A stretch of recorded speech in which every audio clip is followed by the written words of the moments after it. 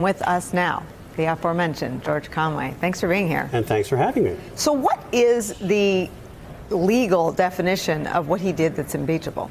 Well, that goes to the very heart of what a high crime and misdemeanor is. I mean, there are two ways to look at it. The first, the way I prefer to look at it, is the holistic view. And the holistic view is that when you become president, you raise your right hand and you swear to faithfully execute the office of President of the United States. And also the Constitution provides, it uses that those words, faithfully execute, in reference to faithfully execute the laws. And when you take on that duty, and the framers really took oaths seriously, you are promising to take that awesome power that's being thrust upon you and use it for the nation's benefit, and not for your own benefit. And the problem with Donald Trump is he always sees himself first. Trump is all about Trump. And that's why it was inevitable he'd get himself into the soup once again. And that's what this is all about.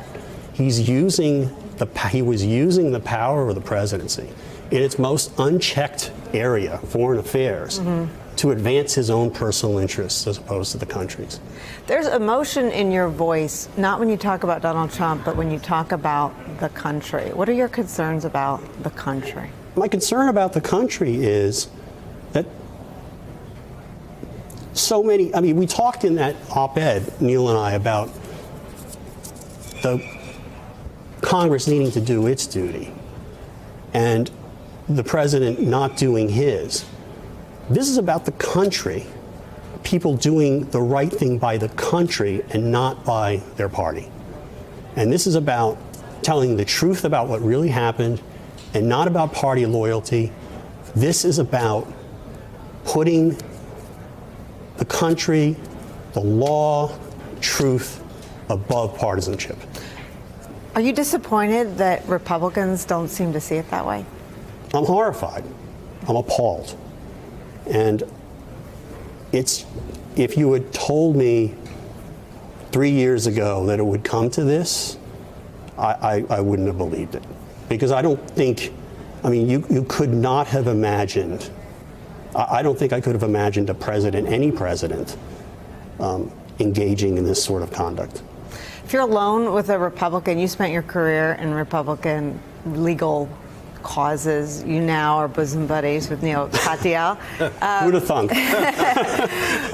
But the arguments you make aren't political. So what is the case to the Republicans you've known your whole professional life? Well, the case is take that Republican hat off and look at it neutrally.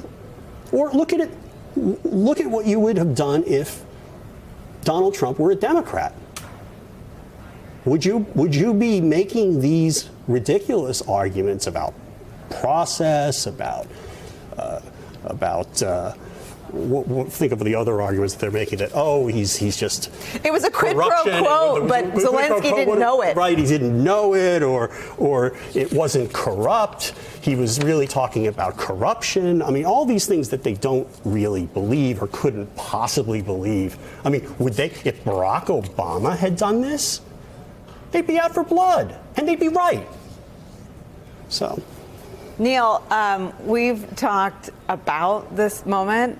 You guys sort of share a legal theory when it comes to Donald Trump. Barry McCaffrey calls it his sort of extrajudicial basket of sins. What does it say that there is a bipartisan, a small but a bipartisan outcry today about what is clearly abuse of power? Yeah, so I guess I'm the optimist in this relationship. Someone has to be. And in part I am because of this man's conduct, and other people like him, because the Constitution is above politics. It's a creed for all of us. It doesn't matter what your political party is. And to have George and other people stand up and say, this is not what the country's about. And there's a real simple way to do it. Like we teach our law students, just flip the parties. Pretend, as George says, it's a Democratic president and a Republican Congress. Would you seek impeachment then? I mean, we all can do this in our minds. This isn't hard. And I think more and more people will do it, set by George's example. So I think it says something pretty profound about our Constitution, that when you have two people like us who disagree on so much, but can say, hey, there are some core values here. And what we're going to see for the next 2 months implicate those core values. A president who's putting himself over the interests of the American people, I think people can come together around that. George, I think you're so right to call attention to the oath. It's so basic and elemental. In this case, the oath of office preceded a speech known thereafter as American carnage. But we are alone among civilized nations when we swear people into public roles. We swear to the Constitution. Right. And that the framers took oaths, and I can't stress this enough. Maybe you deal with it in your new book. They took oaths very, very seriously, much more so than we do today. It's not just a formality. When you took an oath back in the 18th century, you're taking it before God. You were taking on something that was very, very special, and that you feared for your character and your reputation if you violated that oath. And it was something very special. And what the presidential oath is, and frankly it goes to almost any public office, is you're taking on the obligation to act on behalf of the people and not act on behalf of yourself. And that, again, that's the problem with Trump. Trump always puts himself first. You saw it with the Doral, wanting to have these foreign leaders meet at the Doral. You see it with the Mueller investigation. The Mueller investigation was about what Russia, it wasn't really about Trump as such, but because of Trump being Trump, he made it about himself. It was really stupid for him to do that. It didn't have to be about Trump, but because he's so self-obsessed, it became about Trump because he tried to quash the investigation. If he had just shut up about it and not tweeted witch hunt 600 times and not just played golf for 2 years, there wouldn't have been a whole volume 2 of the Mueller investigation showing that he had obstructed justice. And the point there is he was trying to stop an investigation that was looking into what Russia had done to the United States. His duty as president was to stop what Russia was doing to the United States. He did not give a hoot about that.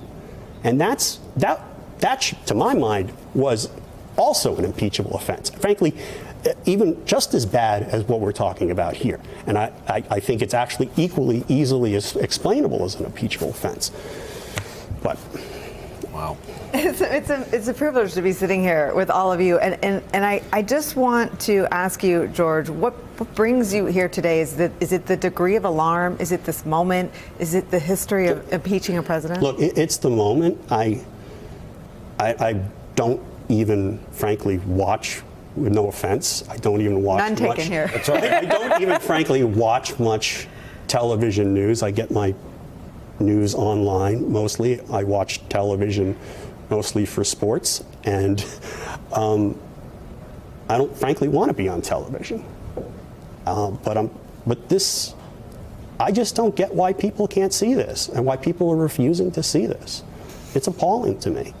Well, we're glad you're here today. You're going to be with us throughout the day, and we're grateful to have all of your perspective. Yes, thank you, Counselor, for stopping by. Hey there, I'm Chris Hayes from MSNBC. Thanks for watching MSNBC on YouTube. If you want to keep up to date with the videos we're putting out, you can click subscribe just below me, or click over on this list to see lots of other great videos.